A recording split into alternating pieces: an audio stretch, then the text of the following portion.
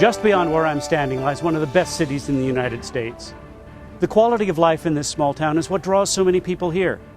And the thoughtful planning of those that went before and their constant commitment to the changing needs of the community is what makes this place so special.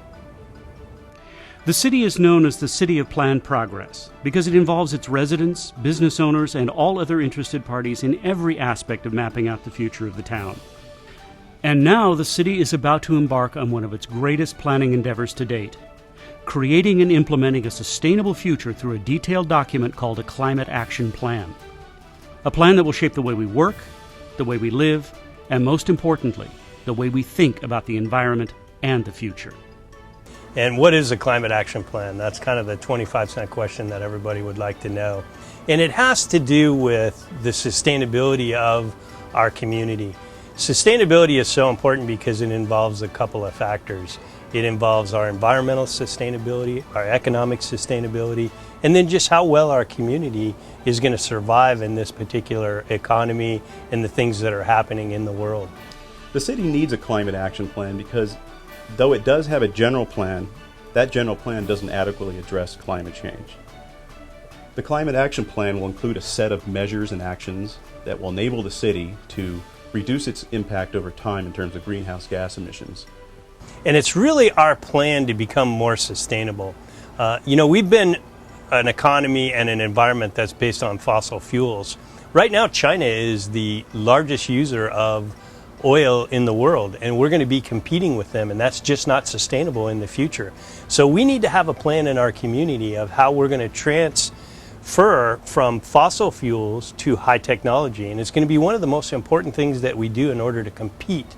And we're going to spend the next 18 months or so working on this very important project, and it's very important that the residents and businesses are part of this so that we can actually implement the plan that we come up with. I'm Blair Leatherwood.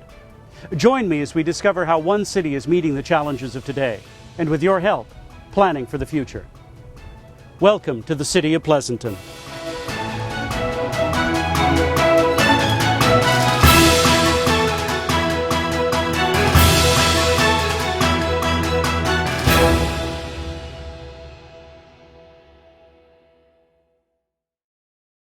Founded in 1894, Pleasanton began as a sleepy little town filled with ranches, dairies, and good people.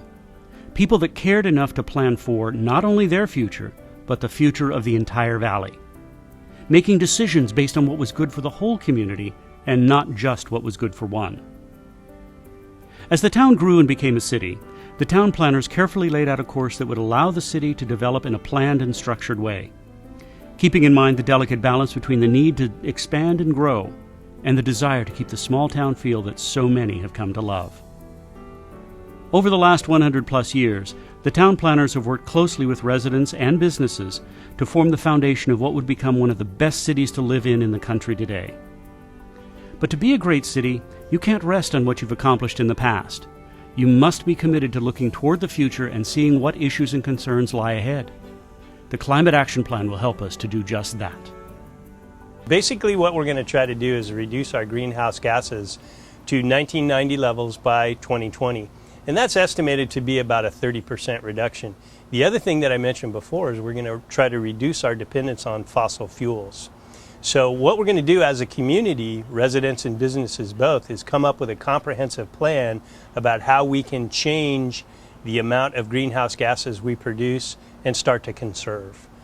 The primary components of a climate action plan are, one, an inventory of greenhouse gas emissions that are from sources within the city limits, setting a target for emissions reduction out at some future date, and then coming up with a list of measures or policies that enable the city to reduce those emissions over time. Greenhouse gases are actually a natural part of our environment. They're a product of respiration or breathing. They're also a product of combustion. So wherever fossil fuels are being combusted, for instance, we have greenhouse gases, and that would be transportation, cars, trucks, and buses on the roads, the combustion of fuels for heating or other types of energy, and electricity has a carbon footprint that comes from fossil-fueled power plants. So what we're trying to do is transit-oriented developments, which means you live where you work, you take public transit, you walk, you have many available options versus riding in a car alone.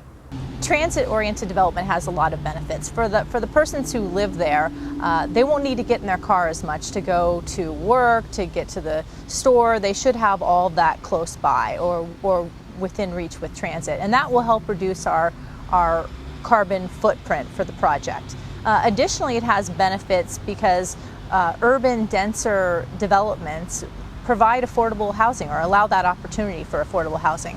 It also helps us protect open space in other areas within the city. Let's take a look at exactly what a carbon footprint is.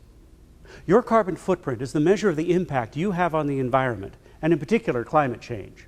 Everything you do has a consequence on the environment. From breathing to driving, you contribute the most common of greenhouse gases, carbon dioxide. Now, the city's website, pleasantongreenscene.org, has a carbon footprint calculator that you can use to help record and reduce your contribution.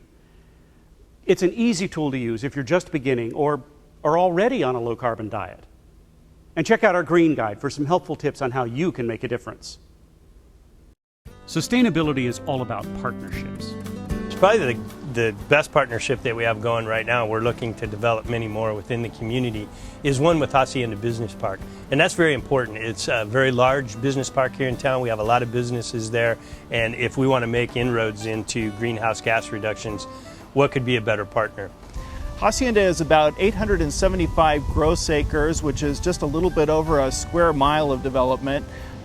We have a number of companies in the park that have installed a lot of different energy-saving devices, including solar arrays, fuel cells, cogeneration, and efficient lighting and heating.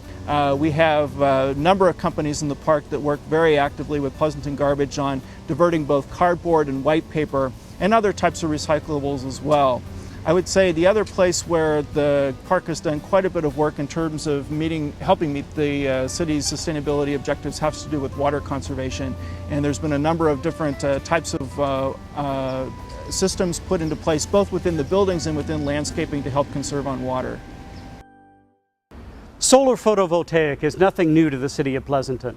The Operations Service Center, Fire Station Number 4, and the new Firehouse Arts Center all have conventional solar installations.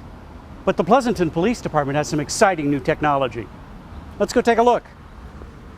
Most people have seen the traditional flat panel solar cells that are usually mounted on a west-facing roof, but few have seen the most recent breakthrough in solar technology.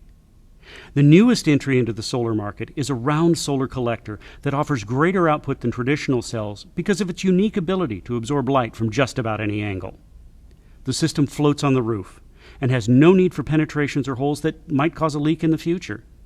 The output of this type of system is 30 to 40% higher per square foot than a traditional design, making this a very cost-effective installation. It is these kinds of solutions that will go a long way to helping us reduce our carbon footprint. And since the solar panels are made right here in the Bay Area, it's a win-win for the environment and the economy. The issues are real, and the problems caused by our lifestyle will jeopardize not only the future of our town, but of the entire planet. It's time for you to get involved and take it personally.